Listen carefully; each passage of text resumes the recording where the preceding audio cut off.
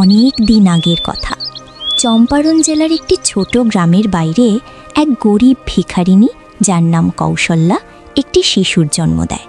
কাকতালীয়ভাবে সেই একই দিনে ওই গ্রামের জমিদারের ঘরেও একটি শিশুর জন্ম হয়। কিন্তু দুজনের ভাগ্য ছিল একদম আলাদা। কোনো এক পণ্ডিত মশাই ভিখারিনী কৌশল্যাকে তার বাচ্চার ভবিষ্যৎ সম্পর্কে কিছু বলছিলেন। মা, তোমার এই ছেলে তোমার ভাগ্য বদলে দেবে, সারা বিশ্বে সে নাম করবে, তোমার এই ভিক্ষা করা চিরকালের মতো বন্ধ করে দেবে। খুব ভালো ভাগ্য নিয়ে জন্মেছে এই বালক। আপনি কি সত্যি বলছেন বাবা? হ্যাঁ মা, আমার কথা একদম সত্যি। দূর থেকে তাদের দুজনের কথা সেই জমিদার শুনে ফেলেন। পণ্ডিত মশাই কৌশল্যার কাছ থেকে বিদায় নিতেই জমিদার তাকে থামালেন এবং সঙ্গে করে নিজের বাড়িতে নিয়ে গেলেন। পণ্ডিত যার ভাগ্য গণনা করলেন, তেমনি আমার ছেলের ভাগ্যটাও একটু দেখুন। বলুন তো, আমাদের ছেলের কপালে কি লেখা আছে? হ্যাঁ পণ্ডিত মশাই, কি ভাবছেন? তাড়াতাড়ি বলুন। জমিদার সাহেব, আপনার ছেলের ভাগ্য খুবই খারাপ। এত ধন সম্পদ থাকা সত্ত্বেও সে এই পরিবারে ধ্বংস ডেকে আনবে। এই কথা শুনে জমিদার সাহেব ও তার স্ত্রী অবাক হয়ে গেলেন। আমার একটা ভবিষ্যৎবাণীও আজ পর্যন্ত ভুল হয়নি। জমিদার সাহেব, বাকিটা আপনাদের ইচ্ছে, মানুন বা না মানুন, কিন্তু এটাই সত্যি। আমি আসছি জমিদার সাহেব। এতটুকু বলে পণ্ডিত মশাই যেই পা বাড়ালেন, তখনই জমিদার সাহেব তাকে থামালেন এবং তার সামনে টাকার তোড়া রেখে ধীর গলায় বললেন, পণ্ডিত মশাই, আমরা ভাগ্য তো বদলাতে পারবো না, কিন্তু যার আগমনে আমাদের ভাগ্য বদলাতে পারে তাকে তো নিয়ে আসতে পারি। এর মানে কি জমিদার সাহেব? আপনি কি বলতে চাইছেন? মানে এটাই যে আপনি বাচ্চাদের অদল বদল করে দিন। কোনোভাবে চুপি চুপি ওই ভিখারিনীর বাচ্চাটা এনে আমাদের দিন, আর আমাদের বাচ্চাটা ওকে দিয়ে দিন। ওই ভিখারিনীর কপাল তো আগে থেকেই পোড়া, এর চেয়ে খারাপ আর ওর কপাল কি হবে? আমার এই কাজটা করে দিন, যার বিনিময়ে আমি আপনাকে লাখ টাকা দিচ্ছি। টাকার তোড়া দেখে পণ্ডিতের মনে লোভ জন্মালো। সুযোগ বুঝে এক রাতে সে চুপি চুপি জমিদারের বাচ্চার সাথে ভিখারিনী কৌশল্যার বাচ্চার অদল বদল করে দিল। আর এভাবেই সেই বড়লোক বাড়ির ছেলে এখন ভিখারিনীর ঘরে বড় হতে লাগলো। আর সেই ভিখারিনীর ছেলে জমিদার ও তার স্ত্রী সরলার ঘরে। কৌশল্যা নিজের ছেলের নাম রাখল রোহন, আর সরলা নিজের ছেলের নাম রাখলেন অর্জুন। একদিন এক পণ্ডিত মশাই বলেছিলেন, আমার ছেলে সারা বিশ্বে নাম করবে, তাই আমি ভিক্ষে করে হলেও একে পড়াশোনা শেখাবো। এরপর থেকে কৌশল্যা ভিক্ষে করে করে নিজের ছেলেকে পড়াতে লাগলেন। কিন্তু তিনি এই সত্যটা সম্পর্কে সম্পূর্ণ অজানা ছিলেন যে রোহন আসলে তার নিজের ছেলে নয়। অন্যদিকে সরলা তার ছেলে অর্জুনকে শহরের এক মস্ত বড় স্কুলে ভর্তি করিয়ে দিলেন। ধীরে ধীরে দুজনেই বড় হয়ে উঠল। এক রাতে হালকা তুষারপাতের মধ্যে রোহন এক শ্মশানের বাইরে বসেছিল। তখনই তার মা কৌশল্যা, যিনি এখন বেশ বৃদ্ধ হয়ে গেছেন, তুষারপাতে ভিজতে ভিজতে তার কাছে এলেন। আরে রোহন বাবা, তুই এখানে বসে আগুন পোহাচ্ছিস? অনেক রাত হয়েছে, তুই বারবারই শ্মশানের বাইরে কি করতে চলে আসিস বলতো? কিছু না মা, এই শ্মশানের বাইরে আমি খুব শান্তি পাই, তাই চলে আসি। চলো এবার বাড়ি যাই। রোহন তার মাকে নিয়ে বাড়ি ফিরে এলো। তারা দুজনে একটা ভাঙাচোরা কুড়ে ঘরে থাকত। যা হোক, দুজনে খাওয়া দাওয়ার পর ঘুমিয়ে পড়ল। অন্যদিকে জমিদার বাবু আর তার স্ত্রী সরলা খুব চিন্তিত হয়ে বসেছিলেন। এত রাত হয়ে গেল, এই অর্জুনটা কোথায় রয়ে গেল? এখন আর কি করতে পারি বলো? আমরা তো অনেক চেষ্টা করলাম, কিন্তু নিজেদের ভাগ্য আর বদলাতে পারলাম না। হয়তো নিজের সেই সব বখাটে বন্ধুদের সাথে কোথাও ঘুরছে। তারা দুজনে ওখানেই বসে বসে ঘুমিয়ে পড়লেন। প্রায় মাঝরাতে অর্জুনের এক বন্ধু তাকে ছাড়তে তাদের হাভেলি পর্যন্ত এলো। হাভেলির বাইরে গাড়ি এসে থামল। অর্জুন টলতে টলতে গাড়ি থেকে বের হলো। তখনই অর্জুনের বন্ধু তাকে বলল, চল, ঠিক আছে অর্জুন, সাবধানে যাস, আমিও এবার বাড়ি যাই। ঠিক আছে দোস্ত, তুই এখান থেকে যাস।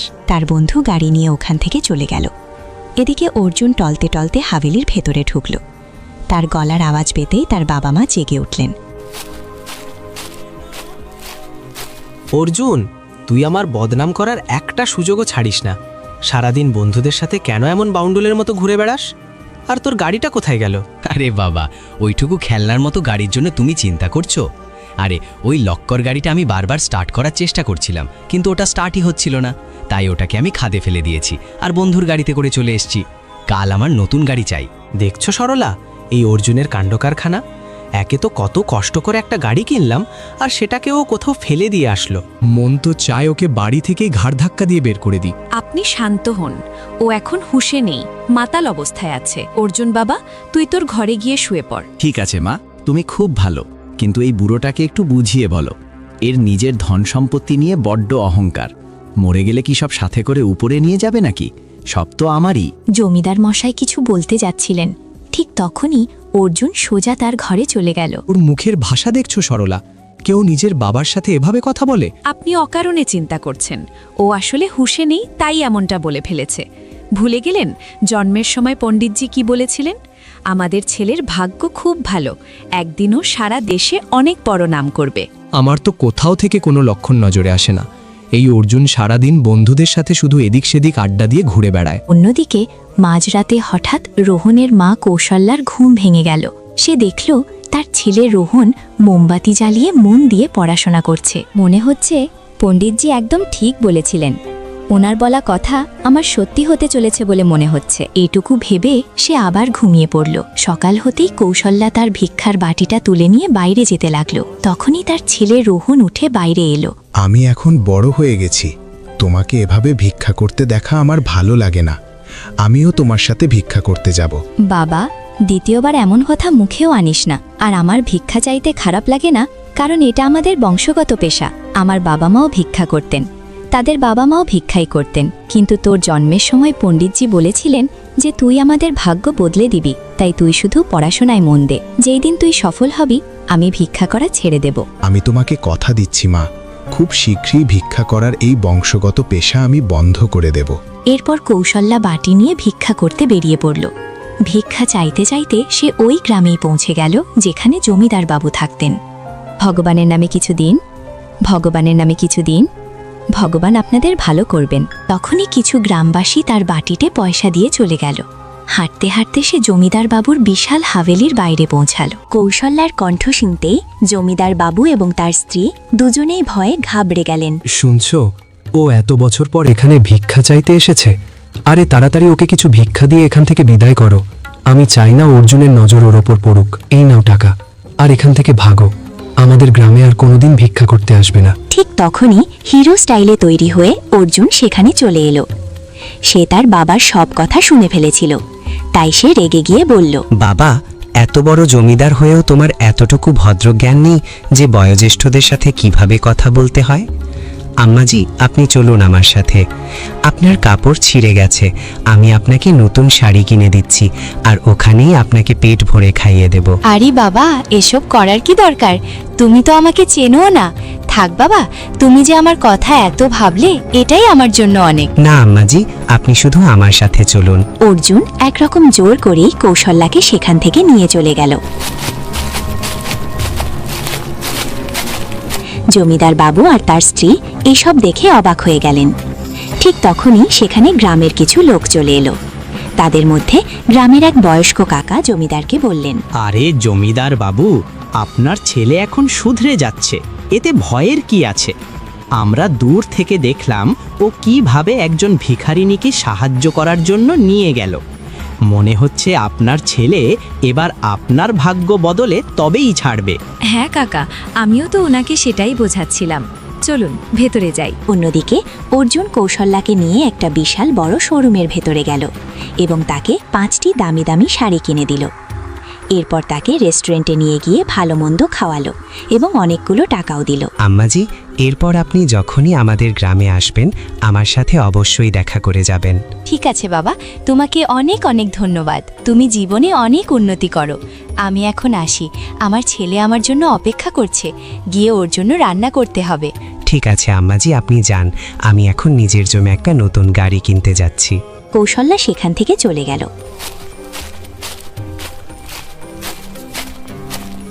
সে বাড়ি পৌঁছাতেই এতগুলো টাকা আর দামি দামি শাড়ি দেখে তার ছেলে রোহান অবাক হয়ে গেল এবং নিজের মাকে বলল, মনে হচ্ছে মা, আজ লোকজন তোমার ওপর একটু বেশি মেহেরবান হয়েছে। হ্যাঁ বাবা, আমিও অবাক হয়ে গেছি। কত বছর পর আমি রামপুর গ্রামে ভিক্ষা চাইতে গেলাম, আর ওখানকার জমিদার বাবুর ছেলে আমাকে এসব দিল। কি বলছো মা? জমিদার বাবুর ছেলেরাও এত ভালো হয়? এটা তো আজই জানলাম। চলো, ভালোই হলো। এখন তোমাকে আর কিছুদিন ভিক্ষা করতে হবে না। এবার তাড়াতাড়ি খাবার বানিয়ে দাও, আমার খুব জোর খিদে পেয়েছে। এরপর আমাকে ইন্টারভিউ দিতেও যেতে হবে। হ্যাঁ বাবা, আমি জানি, সেই জন্যই তো আমি তাড়াতাড়ি চলে এলাম। কৌশল্যা রোহানকে রান্না করে খাওয়ালো। খাওয়া দাওয়া শেষ করে সে ইন্টারভিউয়ের জন্য বেরিয়ে পড়ল।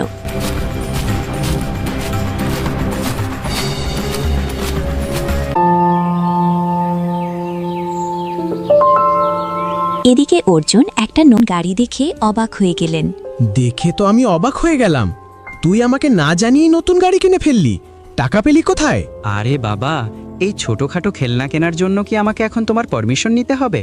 আর তুমি তো জানোই তোমার ক্রেডিট কার্ড সবসময় আমার কাছেই থাকে। দাঁড়াও, আমি কথা বলছি।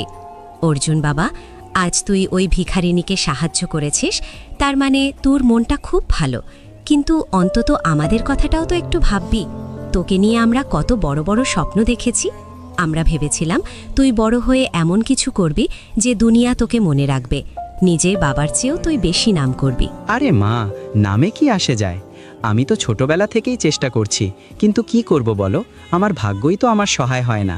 হাই স্কুলে 2 বার ফেল করলাম, ইন্টারে 3 বার ফেল করলাম, কলেজের কথা তো বাদই দাও, আজ পর্যন্ত একটা ভালো কলেজ জুটলো না। তুই টেনশন করিস না, কালই তুই লন্ডন যাচ্ছিস। আমি তো সব ব্যবস্থা করে দিয়েছি। কি ব্যাপার বাবা, এই প্রথম তুমি কোনো কাজের মতো কাজ করেছো, এবার আমিও লন্ডন যাব।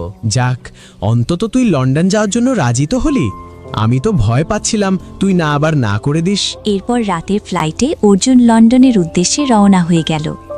অন্যদিকে রাতে রোহন মন খারাপ করে বাড়ি ফিরল। কি হয়েছে রোহন বাবা, তুই এত মনমরা হয়ে আছিস কেন? মন খারাপ হবে না তো কি হবে মা? এখনো পর্যন্ত 20টা ইন্টারভিউ দিয়েছি, কোথাও চাকরি পেলাম না। আমি পড়াশোনায় কত ভালো ছিলাম, আমার নম্বরও কত ভালো ছিল। ভিক্ষা করে তুমি আমাকে পড়িয়েছ, আর এই দুনিয়া আমাকে একটা চাকরি দিতে পারছে না। বাবা, জীবন থেকে এভাবে হার মানতে নেই। একদিন তুই সব সুখ পাবি এবং নিজের লক্ষ্যেও সফল হবি, আমার পূর্ণ বিশ্বাস আছে। মা, তোমার এই কথাগুলোই তো আমাকে হারতে দেয় না, কিন্তু এখন আমাকে অন্য কিছু করতে হবে। মনে হচ্ছে উপরওয়ালা চান না যে আমি অন্যের চাকরি করি। এরপর খাওয়া দাওয়া করে দুজনেই ঘুমিয়ে পড়ল। পরদিন সকালে মা, তুমি সকাল থেকে রাত পর্যন্ত ভিক্ষা করতে থাকো। এবার কদিন তুমি বিশ্রাম নাও, রেশনের বাজার আমি নিয়ে আসছি। মায়ের কাছ থেকে টাকা নিয়ে রোহন বাজারে চলে গেল। সেখানে হরেক রকমের দোকান বসেছিল। কোথাও কাপড়ের দোকান, কোথাও রেশনের দোকান, আবার কিছু লোক মূর্তি বিক্রি করছিল। রোহন সেই মূর্তিওয়ালার কাছে গিয়ে কথা বলতে শুরু করলো। আরে মূর্তিওয়ালা ভাই, আমি প্রায় দেখি সকাল থেকে সন্ধ্যা পর্যন্ত আপনার সব মূর্তি বিক্রি হয়ে যায়। এই মূর্তিগুলো বানাতে কত খরচ হয়, আর আপনি এগুলো কোথা থেকে কিনে আনেন? আরে ভাই, এতে আমার কোনো টাকা খরচ হয় না, শুধু পরিশ্রম লাগে। আমি প্রত্যেক উৎসবের জন্য মূর্তি বানাই, শুধু পুকুর থেকে মাটি আনি আর ছাঁচে ফেলে মূর্তি তৈরি করে ফেলি। এ তো খুব সহজ কাজ ভাই। মূর্তি বানানোর ওই ছাঁচটা কি আমি পেতে পারি না? হ্যাঁ, পাওয়া যাবে, কিন্তু এক একটা ছাঁচের দাম 100 টাকা পড়বে। নিতে চাইলে বলো। ঠিক আছে দাদা, আমাকে 5টা দেবদেবীর ছাঁচ দিন। একটা ছাঁচ দিন গরুর মূর্তি বানানোর জন্য, আর একটা ময়ূরের। বাকি 3টে যে কোনো পশু বা পাখির ছাঁচ দিয়ে দিন। হ্যাঁ হ্যাঁ ভাই, সব রকমের ছাঁচই তুমি পেয়ে যাবে। এমনিতেই কাজটা খুব ভালো, আমি ছাড়া এই এলাকায় আর অন্য কেউ মূর্তি বানায় না। কিন্তু দেখো, তুমি আবার আমার দোকানের সামনেই নিজের দোকান খুলে বসো না যেন, তাহলে তো আমার ব্যবসায়ী লাটে উঠবে। আরে না দাদা, আপনি চিন্তা করবেন না, আমি আপনার আশেপাশেও আসবো না। এরপর রোহন 1000 টাকা দিয়ে বিভিন্ন ধরনের ছাঁচ কিনে নিল। তারপর কিছু চাল, ডাল ও রেশনের সামগ্রী নিয়ে খুশি মনে বাড়ি ফিরে এলো। রোহন বাড়িতে ঢুকল। তার মা কৌশল্যা তাকে দেখে অবাক হলো। বাবা, তুই এসব খেলনা কি জন্য এনেছিস? তুই তো এখন আর বাচ্চা নস। মা, এখন থেকে তোমার আর ভিক্ষা করতে হবে না। আমি অনেক পড়াশোনা করেছি, ব্যবসা সম্পর্কেও আমার অনেক ভালো ভালো আইডিয়া জানা আছে। তুমি খাবার রান্না করো, আমি পুকুর থেকে মাটি নিয়ে আসছি। আজ থেকেই আমরা মূর্তি বানানো শুরু করব। কিন্তু বাবা, এসব হবে কি করে? রোহন মায়ের কোনো কথা না শুনেই সেখান থেকে দ্রুত চলে গেল এবং কয়েক ঘন্টার মধ্যে পুকুর থেকে প্রচুর মাটি নিয়ে এলো। খাওয়া দাওয়ার পর রোহন তার মাকে মূর্তি বানানো শিখিয়ে দিল। দুজনে মিলে মূর্তি বানাতে শুরু করলো। কি দারুণ ব্যাপার বাবা, এভাবে মূর্তি বানানো তো কত সহজ। দেখ, কত সুন্দর সব মূর্তি তৈরি হয়ে গেল। মা, আমাকে আরো কিছু টাকা দাও, আমি গিয়ে কিছু রং বেরঙের কালার নিয়ে আসি। তারপর দেখবে মা, মূর্তিগুলো আরও সুন্দর লাগবে। কুশল্যা তাকে কিছু টাকা গেল। সেই টাকা দিয়ে রোহন নানা রঙের কালার কিনে আনলো। তারপর সেই মূর্তিতে রোহন এমনভাবে রং করলো যে মূর্তিগুলো একেবারে জীবন্ত হয়ে উঠল। মা, তুমি তো জানোই আমার সবথেকে বেশি নম্বর এই আর্ট বা আঁকাতেই আসতো। এবার আমি এই মূর্তিগুলো এখানে নয়, দূরের বড় বড় শহরে গিয়ে বড় লোকদের কাছে বিক্রি করব। পরের দিন যখন সব মূর্তি তৈরি হয়ে গেল, রোহন সেগুলো নিয়ে দূরের এক শহরে চলে গেল।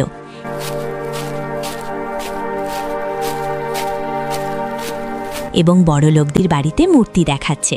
স্যার, এই সব মূর্তি আমি আর আমার মা মিলে নিজেদের হাতে তৈরি করি। বড় বড় বিজনেসম্যানরা আমাদের মূর্তি কেনেন।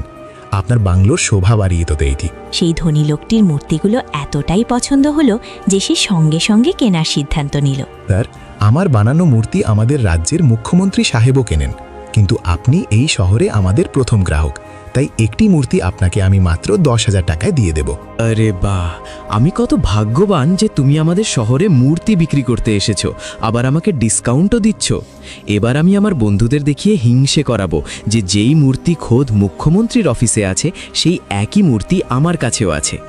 মূর্তিটা আমার বাড়িতেও সাজানো আছে। ধনী লোকটির কথা শুনে রোহন মনে মনে ভাবতে থাকে, কি ব্যাপার, ভালোই হলো, আমি মুখ্যমন্ত্রীর অফিসে এই হরিণওয়ালা মূর্তিটা আগেই টিভিতে দেখেছিলাম। এভাবেই সব মূর্তি বিক্রি করে সন্ধ্যা নাগাদ রোহন 1,00,000 টাকা নিয়ে বাড়ি ফিরল। ছেলের এই সাফল্যের কথা জানতে পেরে তার মা খুব খুশি হলেন। কি ব্যাপার বাবা, এসব তুই শেষমেশ কিভাবে করলি? মা, এই বড় লোকেরা যেভাবে আমাদের মতো গরিবদের বোকা বানিয়ে নিজেদের জিনিস বিক্রি করে, আমিও ঠিক তাই করেছি। ওদেরই পদ্ধতি ওদের উপর প্রয়োগ করেছি। ধনীদের মূর্তি কেনার খুব শখ থাকে, তাই ওরা আমাকে অনেক বেশি টাকা দিয়েছে, কিন্তু ওদের হিসেবে সেটা হয়তো কমই ছিল। বাবা, আমার বিশ্বাস তুই যা করছিস ঠিকই করছিস। এভাবেই প্রতিদিন মা ও ছেলে মিলে মূর্তি বানাতে লাগল। কখনো কখনো রোহন মূর্তি বিক্রি করতে পারত না, কিন্তু আবার কখনো কখনো সে একসঙ্গেই অনেক টাকা রোজগার করে নিত। অন্যদিকে কিছুদিন পর অর্জুন নয়না নামের একটি মেয়েকে নিয়ে লন্ডন থেকে বাড়ি ফিরে এলো। আরে অর্জুন, তুই লন্ডন থেকে ফিরে এসেছিস? আর তোর সাথে এই মেয়েটিকে? বাবা, কলেজ কর্তৃপক্ষের হয়তো আমার আচরণ পছন্দ হয়নি, তাই ওরা আমাকে কলেজ থেকে বের করে দিয়েছে। কিন্তু এই মেয়েটি আমাকে খুব সঙ্গ দিয়েছে। আমরা দুজনেই একে অপরকে ভালোবাসি এবং বিয়ে করতে চাই। আর হ্যাঁ, এই মেয়েটিও ইন্ডিয়ান। সরলা, এই ছেলের আর কিচ্ছু হবে না। ওই পণ্ডিত 1 নম্বরের মিথ্যেবাদী ছিল।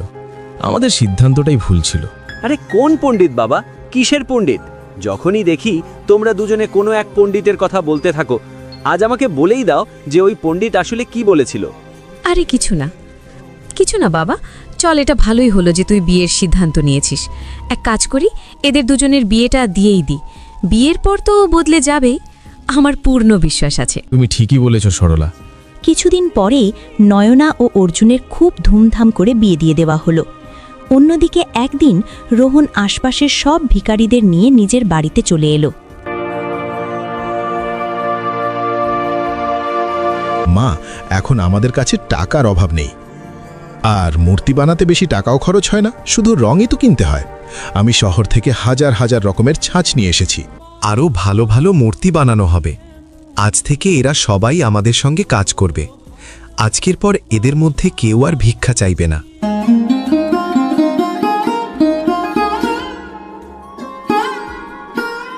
বেটা, তোকে নিয়ে আমার গর্ব হচ্ছে। পণ্ডিতজির কথা আজ সত্যি প্রমাণিত হলো। সেই দিনের পর রোহন একটি মূর্তি বানানোর কারখানা খুলে ফেলল। আশেপাশের সব ভিখারিরা ভিক্ষা করা ছেড়ে সেই কারখানায় কাজ করতে শুরু করল।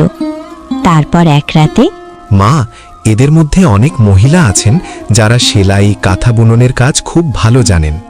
আর কিছু পুরুষ আছেন যারা খুব ভালো রান্না করতে পারেন, কিন্তু বেচারারা ভিখারি ছিলেন বলেই নিজেদের প্রতিভা কখনো দেখানোর সুযোগ পাননি। আরে বেটা, এটা তো তোকে আগে বলা উচিত ছিল।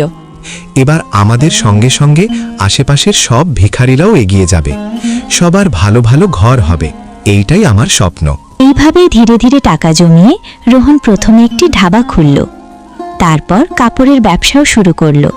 সেলাই, বুনন সব কাজই চালু করল। বাকিরা কাজ করত, আর রোহন নিজে দূর দূরান্তের শহরে গিয়ে অর্ডার আনত। বড় বড় শোরুমে নিজের মাল বিক্রি করত। কয়েকদিনের মধ্যেই তার নাম টিভি নিউজ চ্যানেলে ছড়িয়ে পড়ল। আজ রোহনের জন্যেই প্রত্যেক ভিখারির নিজের ভালো ঘর আছে, নিজস্ব ব্যবসা আছে, তাদের সন্তানরা ভালো স্কুলে পড়াশোনা করছে। সরকার রোহনকে সম্মানিত করার ঘোষণা করেছে। এই কথা শুনে কৌশল্যার চোখ দিয়ে অস্ত্র ঝরতে লাগল। কাঁদতে কাঁদতে সে তার ছেলেকে বলল,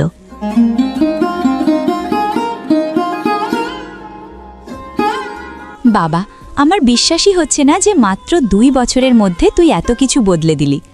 আর সবই সম্ভব হলো সেই 5,000 টাকার জন্য, যেগুলো আমাকে অর্জুন বাবা দিয়েছিল। হ্যাঁ মা, কাল আমরা অর্জুনের গ্রামে যাব, ওনাদের গোমাতার মূর্তি উপহার দেব। অন্যদিকে সেই রাতেই অর্জুন নিজের বাড়িতে ভাঙচুর শুরু করলো।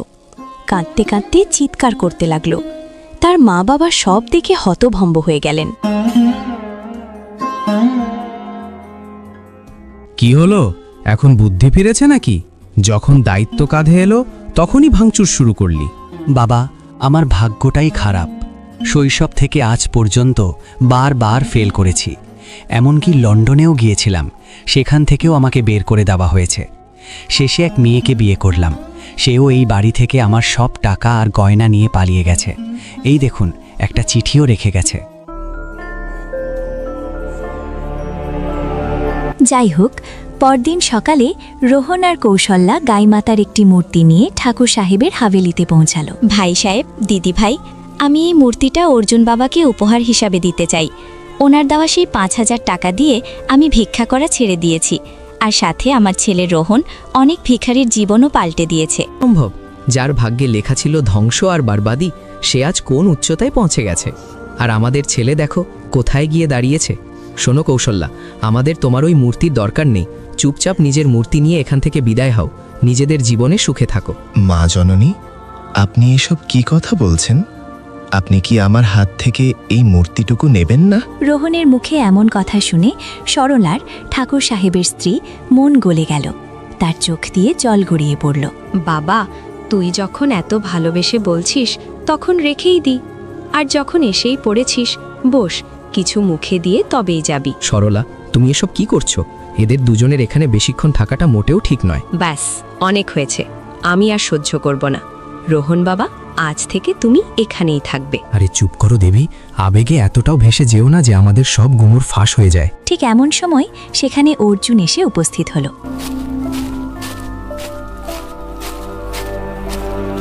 এবং খুশি হয়ে কথা বলতে শুরু করলো। আরে আম্মা, আপনি?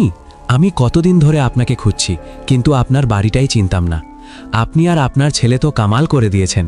একদিকে আপনার ভাগ্য, একজন ভিখারির ছেলে হয়েও জীবনে কত কিছু করে ফেলল, আর একদিকে আমার ভাগ্য, এত বড় জমিদারের ছেলে হয়েও আমি কিছুই করতে পারলাম না। ঠিক সেই মুহূর্তেই সেখানে একজন অতি বৃদ্ধ পণ্ডিতজি এসে উপস্থিত হলেন।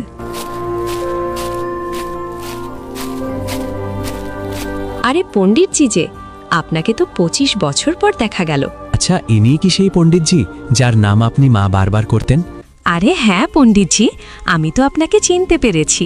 সেদিন আপনি কত সুন্দর ভবিষ্যৎবাণী করেছিলেন, বলেছিলেন আমার ছেলে একদিন অনেক বড় নাম করবে, আর দেখুন আজ সত্যিই তাই হয়েছে। কিন্তু পণ্ডিতজির চোখে তখন অনুতাপের অশ্রু। ভারী মন নিয়ে তিনি ধীরে ধীরে বললেন, হ্যাঁ, আমি সেই পণ্ডিতই। গত 25 বছর ধরে অনুশোচনার আগুনে জ্বলছি। আজ যখন আমার শেষ সময় এসে গেছে, তখন আর সত্য লুকিয়ে রাখতে পারছি না। আজ আমি সব সত্য আপনাদের বলতে চাই। পণ্ডিতজি গভীর শ্বাস নিয়ে বললেন, অর্জুন বাবা, তুমি আসলে সরলাজির ছেলে নও, তুমি কৌশল্যাজির সন্তান। তোমার জন্ম হয়েছিল এক ভিখারির পরিবারে। কি বলছেন পণ্ডিতজি, এটা কি সত্য? হ্যাঁ বাবা। আর রোহন, তুমি কৌশল্যাজির ছেলে নও, তুমি সরলাজি আর জমিদার সাহেবের আসল সন্তান।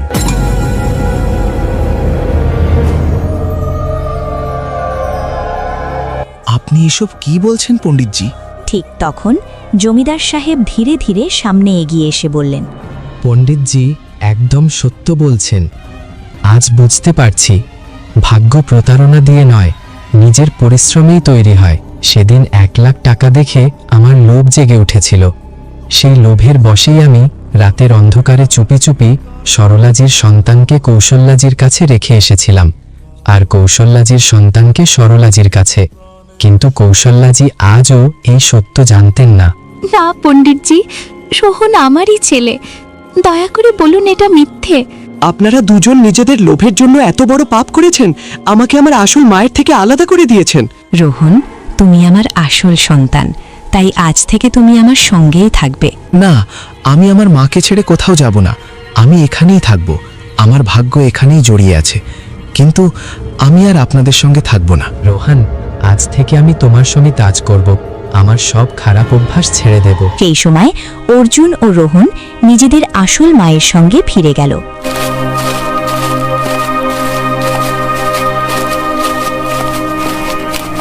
এবং সেখানেই কাজ শুরু করল। কয়েক বছরের মধ্যেই অর্জুন সম্পূর্ণ বদলে গেল। সে কঠোর পরিশ্রম করতে শুরু করল। একদিন জমিদার সাহেব তার স্ত্রীকে নিয়ে অর্জুনের কাছে এলেন। অর্জুন বাবা, তুমি চলে যাওয়ার পর থেকে তোমার মা সারাক্ষণ কাঁদছে। আমি তোমার জন্মদাতা না হলেও ছোটবেলা থেকে তো তোমাকে মানুষ করেছি। আজ থেকে আমরা সবাই একসঙ্গে থাকব। ঠিক আছে মা, আপনারা নিজেদের ভুল বুঝতে পেরেছেন। আমরা সবাই একসঙ্গে থাকব।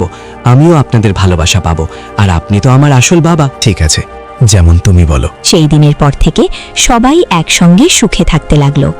জমিদার সাহেব রোহনের ব্যবসায় অনেক সাহায্য করলেন।